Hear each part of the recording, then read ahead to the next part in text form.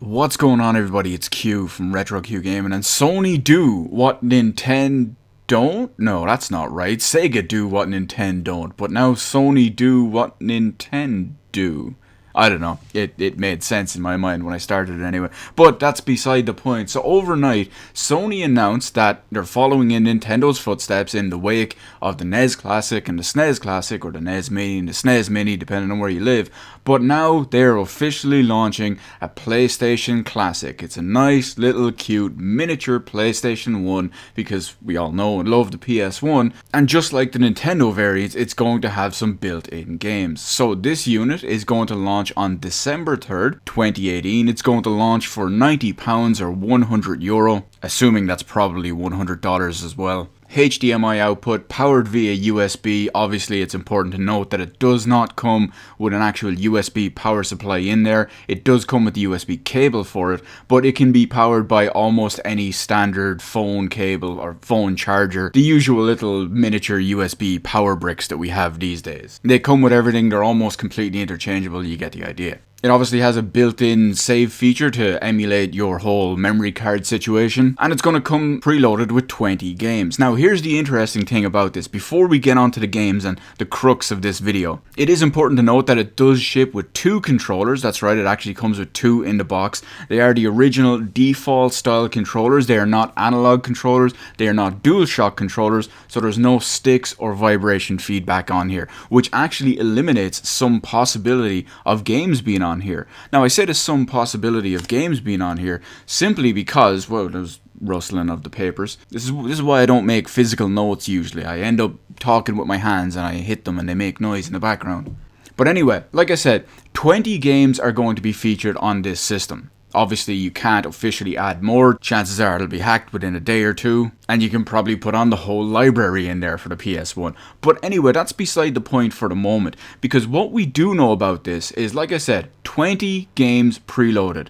However, they've only announced 5 of those games. Those games, of course, being Final Fantasy VII, Jumping Flash, Ridge Racer Type 4, Tekken 3, and Wild Arms. So there's a decent selection in there. You've got 2 RPGs, a fighting game, a kind of action adventure / exploration game to a small extent, and you've got Ridge Racer, a racing game. So naturally what they're going to want to do here is try to have a nice wide variety of genre of games, as well as the big thing is to put in those key important games that defined the PlayStation 1 for everyone growing up. I know there's a bunch of games in my mind that define the PS1.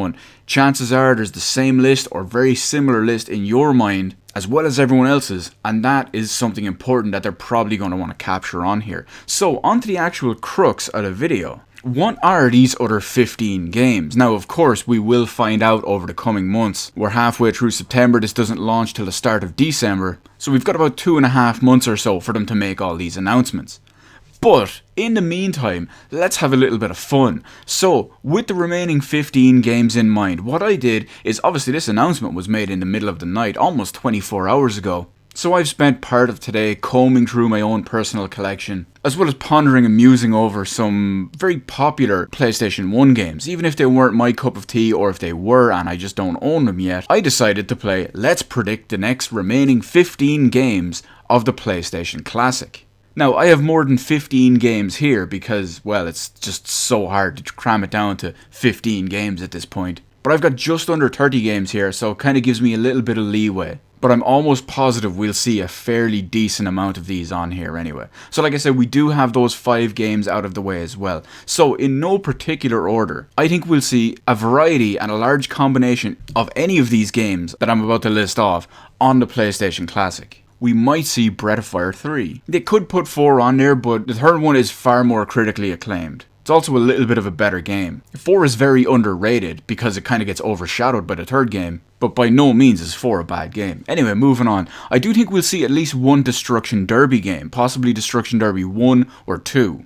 When it comes to racing games like that, just like beat 'em ups and stuff, there's very little difference essentially in what one they put in. Certain games would be iconic for them to put in a one entry over the other. For example, look, they have Final Fantasy VII but not 8 and 9. But when it comes to something like Destruction Derby, the difference between putting in Destruction Derby 1 and Destruction Derby 2 would be almost negligible. You could have Doom or Final Doom. I'd say Final Doom is probably more likely, because you could get Doom on other consoles beforehand, whereas previously Final Doom wasn't exactly like that. Grand Theft Auto was also a very real possibility here. Now, that would drive the age limit on this up to 18s, or mature for you American viewers out there. But bear with me for a second. Granted, that would push this up and potentially get it out of the hands of kids and younger teenagers and whatnot. But let's be real here for a second. This PlayStation 1 classic is aimed at people who grew up with the PS1. Of course, there's going to be younger and older people out there as well that grew up before the PlayStation era, as well as newer people who grew up after it, who may be interested in this product. But the majority of the audience this product is aimed at is people who grew up in that era with the PlayStation 1. Those people are now 25 years and older, so that wouldn't really be a problem when it comes to that side of it. We could also possibly see Medieval on there. Now again, this one is kind of sketchy for the simple reason is that we do have the remake in the works. Can't wait for that remake, looks so good. Medieval, great game. But again, it is a pretty big and pretty important PlayStation 1 game, so it could happen. Sticking with different genres and all and trying to include a little bit of everything here, you might even get one of the early Mega Man X games, or at least one of the early CD system ones. You might have Mega Man X4, 5 or 6. I know we had the Mega Man X Legacy collections released separately, but that's a whole other story. These mini consoles and classic consoles are generally not targeted towards people who may or may not have all these games and all these platforms and all these systems. We might see something like Gran Turismo 1 or 2. 2 was a lot more popular. Granted, 1 did start the series, but 2 was where it really took off. Now, it's been so long that I don't remember if Gran Turismo, be it the whole series or only specific games, actually had licensed music in them.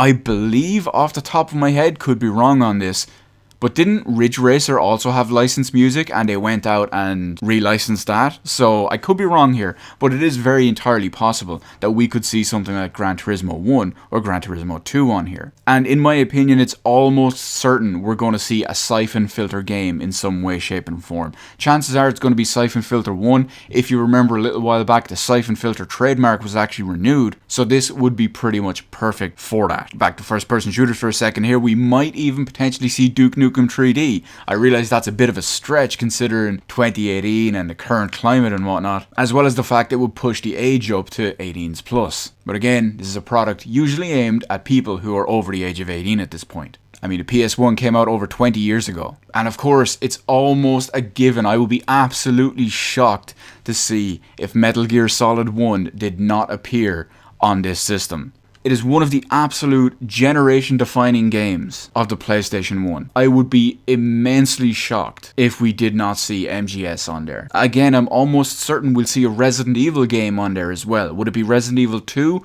or Resident Evil 1? It's very hard to say, simply because Resident Evil 2 is generally the fan favourite, but at the same time, Resident Evil 1 is where it all began. So I do think we'll see at least one of those two games on there. Just to go head-to-head with it, for all we know, we might even see Silent Hill on there. There's obvious comparisons between Resident Evil and Silent Hill, one of them obviously being from Capcom and one of them obviously being from Konami. Personally, I've always considered Resident Evil a survival horror and Silent Hill more a psychological horror. Granted, it does have some significant survival horror elements in it, but still. Now here is another big one on our next game on the list. The Legend of Dragoon. One of the best RPGs on the actual PS1. Actually a first party game made by Sony. For some reason everyone seems to think it's made by Squaresoft / Square Enix. But no, it's actually made by Sony. It's a fantastic game and I would love to see it on this system. And of course, Tomb Raider. Now when it comes to Tomb Raider on the PS1, everyone knows Tomb Raider 1, 2 and Tomb Raider 3. Which one would we see on there? Most people prefer Tomb Raider 2 as the best game in the trilogy. I would personally agree with that. But again, if we're looking for iconic stuff and whatnot, Tomb Raider 1 is where it's at in that side of it. Still a good game, mind you. And just to take it on a little bit of a different track as well, and kind of almost touch on a genre we haven't really gone anywhere near, although you could kind of argue that the RPGs are there as well. We have Diablo. That's right, Diablo actually had a PS1 port back in the day. Wasn't a very good port, but still, it was there. It offered something different to what was usually only considered a PC RPG at the time. Now, of course, this next game is going to be a big want on many people's lists. This could also possibly take the place of one of the Mega Man X games as a side-scrolling bad boy. We have Castlevania Symphony of the Night. I don't even need to go into detail on why this game will probably make an appearance. We could also see Crash Bandicoot on here as well. It is entirely possible that it might be left off because of the trilogy, currently available on all 4 platforms, but there's no denying that Crash and PS1 were synonymous together. And maybe you were a gamer back in the PS1 days and you haven't been a gamer since, and then you see a PS1 and you see Crash Bandicoot, it triggers that little switch in your mind and you're sold. The same thing with Spyro. We might see a Spyro game on there too. Even with the upcoming remake trilogy, it's still pretty much a different market, which is almost similar to our next game as well, Parappa the Rapper. Pretty big deal back in the PS1 days. I know it has kind of a shitty remaster on the PS4 now, but I'd say a lot of people who aren't gamers anymore who were back then could recognize Parappa's face on the front of an old school PS1 box. And this next game, you could almost argue it's possibly a puzzle game, possibly a side-scroller, possibly an RPG.